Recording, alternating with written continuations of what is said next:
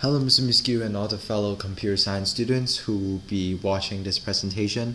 My name is Arthur Wu, and in extension to my computer science June presentation on net neutrality, I would like to spend the time in this video to really explain one of the most significant legal cases pertaining net neutrality in Canada, which is CAIP versus Bell in 2008. So the background of this case is basically CAIP, which is the Canadian Association of Internet Providers, which consists of a coalition of smaller and more independent internet service providers. In April 2008, they filed a complaint with the Canadian Radio Telecommunications Commission, which I'll address it as CRTC, regarding to Bell Canada's throttling of BitTorrent traffic. So in my actual presentation, I kind of explained what throttling is, and basically it is the use of DPI, which is Deep Packet Inspection technology, to slow down a particular internet service provision. But then the issue here is highlighted in the third bullet point, which Bell Canada not only uses the DPI technology to slow down their own service customers, but also the end users of the CAIP members' ISPs. So this means that Bell Canada's action of slowing down the internet not only affect their own customers, but also customers who are from perhaps like a more smaller scaled internet service provider, which definitely would impact them in a more significant way. And therefore CAIP come together and charged Bell Canada for violating section 27.2 and section 36 of the Telecommunications Act. So here's the particular kind of article or the statement written in the Telecommunications Act.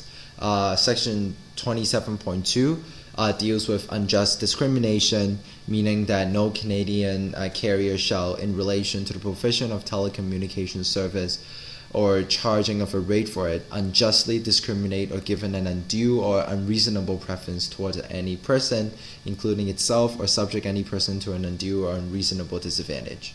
So I think one thing that we will highlight in this particular article is undue and unreasonable preference, in a way that the law doesn't actually really define to what extent it is unreasonable, and that was kind of the major legal battleground basically during the whole trial.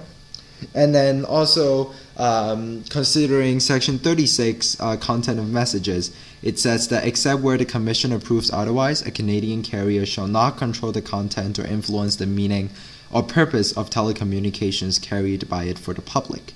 So this is pretty straightforward. And also one of the key points that I would like to highlight is the meaning or purpose of the messages that are delivered. This is also one of the keys that will go back to it when I explain the CRTC's final response to this court case. So Bell's explanation to their act of throttling the internet or slowing down the internet, so to say, is that because it is written in the terms of service that customers are prohibited from using Bell Canada's service or permitting them to be used so as to prevent a fair and proportionate use by others. So meaning that Bell Canada actually has the final right to justify to what extent the internet users are using the internet in a fair and proportionate manner. And Bell also claimed that because the peer-to-peer applications used by the internet users are consuming a lot more bandwidth than other applications, that's why it is totally justified for Bell Canada to slow down the internet service. But then the reason why this court case kind of raised media's attention and perhaps net neutrality's activist attention is really the intention behind Bell Canada's act. So it's mainly originated from Bell's decision of instead of charging in an unlimited data plan manner, they decided to charge with a usage-based billing, meaning that internet users have to basically pay for however many internet that they consumed over time, instead of just paying a fixed rate and then they can use unlimited data. So the reason why they slow down the internet, especially the peer-to-peer application, is so that they will be able to obtain more customers, because now that it's not unlimited, then customers has to pay a basic fee to get the internet service, and then how much they actually have to pay depends on how much they actually use. Meaning that if they are able to slow down the internet such that they can get more internet customers to so that they can provide service to more internet customers, then they will be able to earn a lot more money. And the reason why this is anti-competitive is Bell Canada not only slowed down their own internet, but also the internet of other internet service providers, which at that particular time they're still using unlimited data plans. So when customers from the small ISPs, seeing that they are paying a fixed rate but with a really slow internet speed, then they will decide to move to the usage-based billing plan for Bell Canada. And that is really the bulk of the argument, and the reason why people are not in favor of Bell Canada's action. It's because the use of slowing down internet to gain market domination over other small internet service providers. But then at the end, the CRTC's response to this court case was largely in favor of Bell Canada, in a way that not only they announced that Bell Canada was permitted to throttle the CAIP member, because that was the only practical option that is technologically and economically suitable to resolve what Bell declared as the internet traffic. And more importantly, CRTC also added that there's no discrimination and thus no violation to the Section 27 of the Telecommunications Act, because not only Bell Canada customers internets were slowed down, but also other ISP users. So CRTC see this particular action as just and non-discriminative, in a way that everybody's internet speed is slowed down. But that is exactly the intention of Bell Canada, to slow down everybody's internet so that bigger companies will have leverage over smaller companies.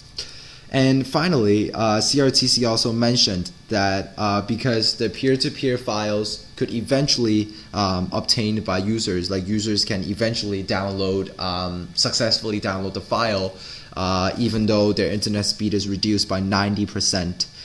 It does not actually alter the meaning or purpose as stated in the Telecommunications Act, meaning that the intention of internet service providers providing internet such that internet consumers can download the files, the intention didn't change, and the meaning and the purpose didn't really change. So it didn't actually violate Section 36 of the Act. And finally, Bell Canada is also accused of violating privacy of the persons. But then CRTC also claimed that because the deep packet inspection information, including the IP address and different kinds of perhaps more technical information, is not the traditional confidential customer information, and therefore Bell Canada didn't actually violate the privacy of any persons. And therefore, after this court case, I guess from a consumer point of view, we will know that it is an unjust decision, and it is largely discriminative to internet customers who pay their own money to obtain services that is entirely under the manipulation of large corporations.